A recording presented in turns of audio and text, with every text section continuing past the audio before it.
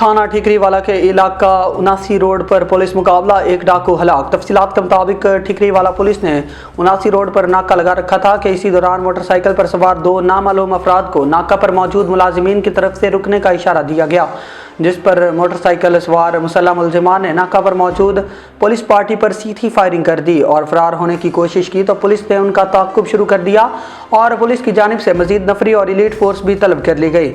थोड़ी दूर जाकर पुलिस पार्टी का फरार मुलजिमान से सामना हो गया।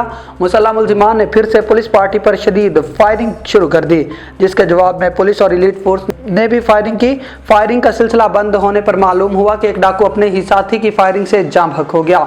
हलाक होने वाले डाकू का नाम मोहम्मद आमिर वल्द मोहम्मद बूटा सकना मंसूराबाद फैसलाबाद मालूम हुआ, जो कि अपने साथी की फायरिंग से हलाक हुआ।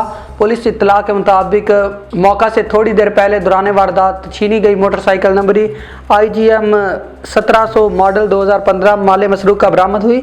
वक़ुआ की इत्तला पर DSP सदर फैसलाबाद सर्कल भी मौका पर पहुंच गए। पुलिस ने हलाक होने वाले डाकू की लाश को अस्पताल मुंतकिल करते हुए फरार डाकुओं की तलाश का आगाज़ कर दिया।